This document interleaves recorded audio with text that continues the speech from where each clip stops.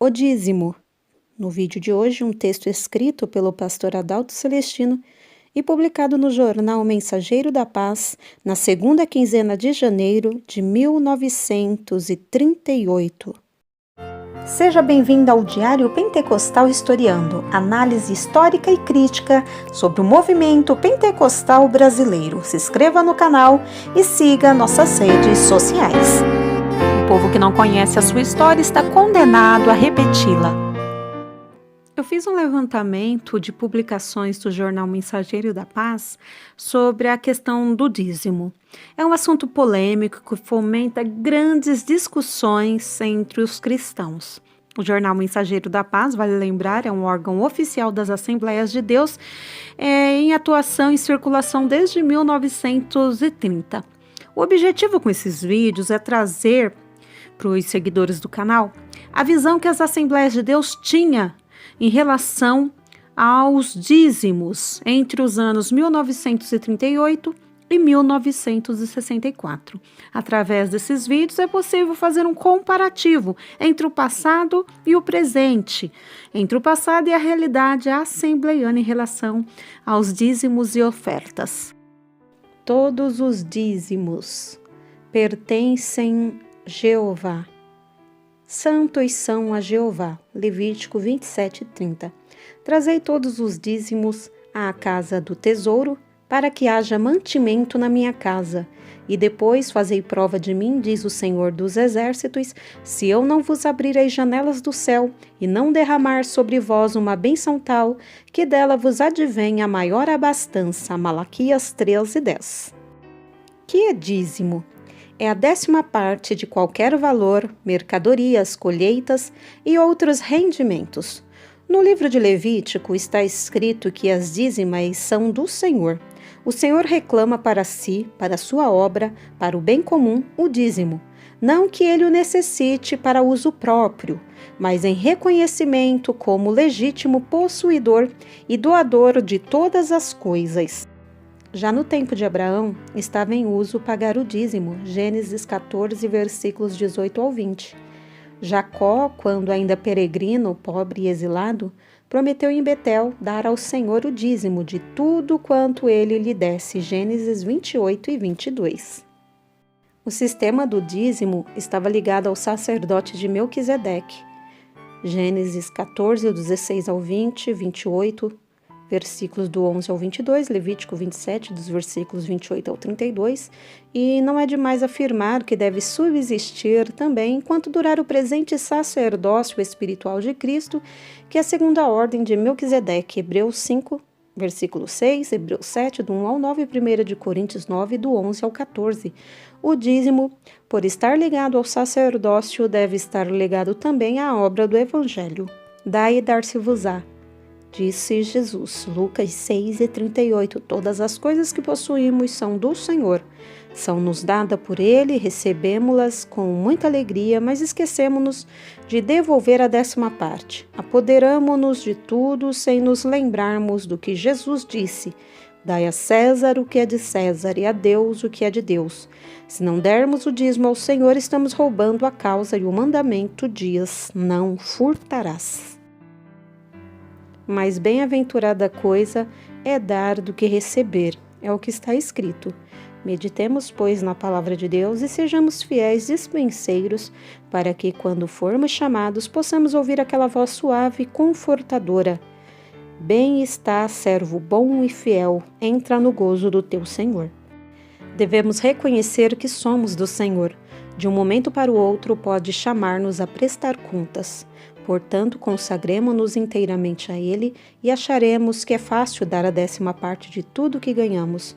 Não é lícito lançar mão do dízimo para pagar outros compromissos, nem mesmo dividi-lo em coletas, ofertas, etc., pois o dízimo deve ser inteiro do Senhor. Não podemos administrar o que pertencem a outrem, se não houver autorização. Muito menos podemos administrar o que pertence ao Senhor. As 9 partes que são nossas, podemos fazer delas o que bem nos parecer, mas da parte que pertence ao Senhor não é assim. O apóstolo Paulo recomendou que cada um contribua segundo o que propôs no seu coração, não com tristeza ou por necessidade, porque Deus ama o que dá com alegria.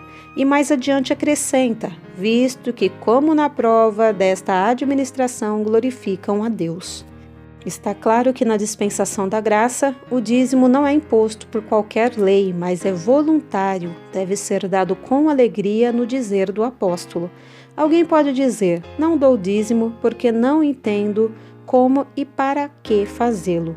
Mas a fé que obra por amor ajudará não só a compreender, porém a praticar e a ser exemplo, a fim de que outros façam o mesmo. Haverá algum resultado prático para aqueles que de boa mente obedecem à ordem de Deus nesse sentido? Leia Malaquias 3:10, versículo 11 e Mateus 5:20.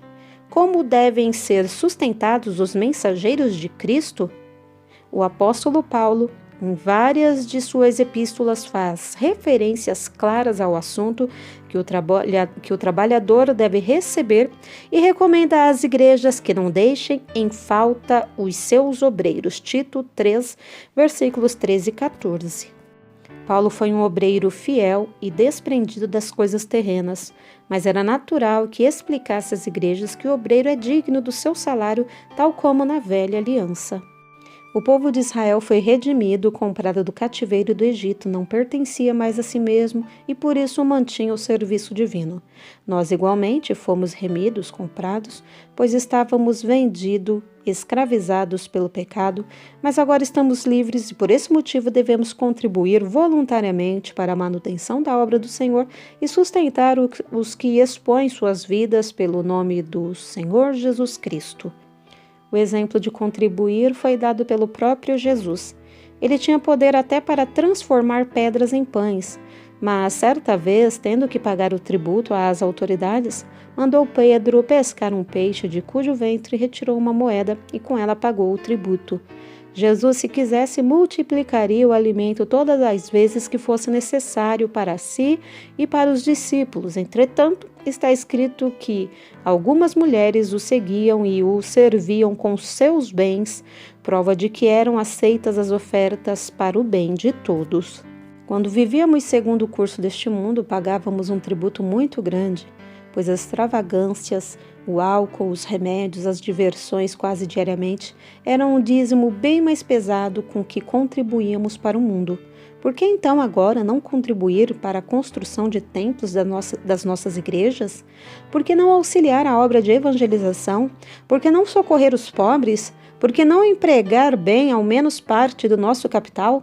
Conforme a Bíblia nos mostra, nessa dispensação, a contribuição é voluntária, não por força nem por violência, mas pelo meu espírito, diz o Senhor dos Exércitos. Zacarias 4:6. Nós não queremos nos alongar mais em considerações, nem expondo exemplos de muitos irmãos que foram ricamente abençoados por haverem dado integralmente os dízimos ao Senhor. Ora, aquele que dá semente ao que semeia e pão para comer, também multiplicará a vossa sementeira e aumentará os frutos da vossa justiça. 2 Coríntios 9:10. Adalto Celestino, 1938.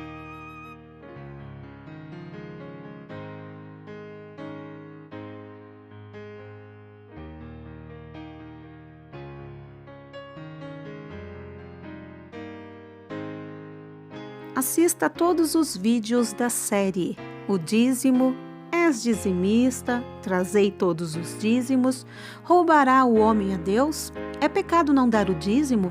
22 razões porque dou o dízimo, a prosperidade dos dizimistas e o dízimo no Velho Testamento.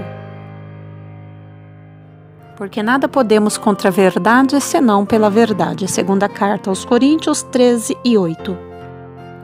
Se você gostou do conteúdo deste vídeo, se inscreva no canal, deixe o seu joinha, compartilhe e ative o sininho para receber do YouTube as notificações dos novos vídeos.